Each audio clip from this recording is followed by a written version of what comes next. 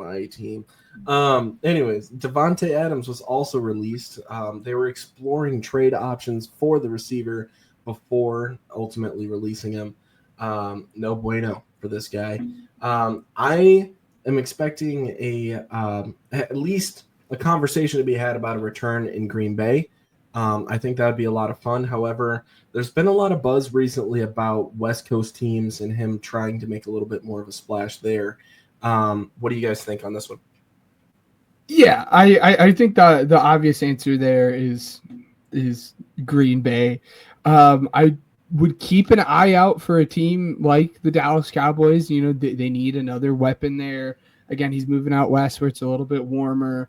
And for the Jets, man, that just didn't work out at all for him. I mean, it was funny. Someone was like, oh, it was just a 12-week dopamine hit is what that was.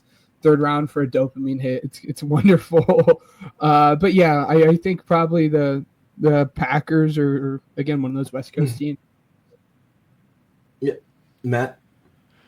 The thing about the Davante Adams experience, they gave up a third-round pick, and I remember when it happened, the only question I could wrap my brain around was they had just come off the Buffalo loss on Monday Night Football, and then this news drops Tuesday. They had already fired Saleh. It was one of those things where it's like, okay, you're trading for Davante Adams and you're giving up a future asset. What do I make of you? Am I thinking of you as a Super Bowl push team? No, absolutely not. And they were not even close. Like, the best case scenario trading that asset was getting to the wild card.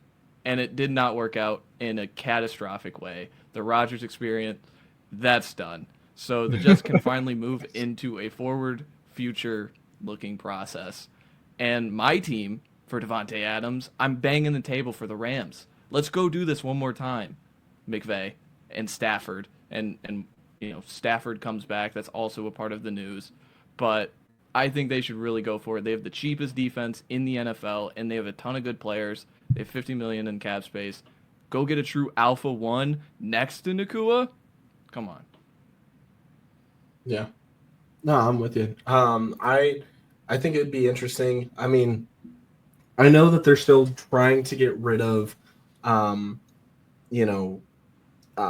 Kupp. However, I mean, the one West Coast team that you didn't bring up there, I mean, the Chargers, they need a wide receiver over there, and I think that he would line up pretty well alongside Ladd McConkey. That's going to be a lot of fun in the scenario that ends up happening.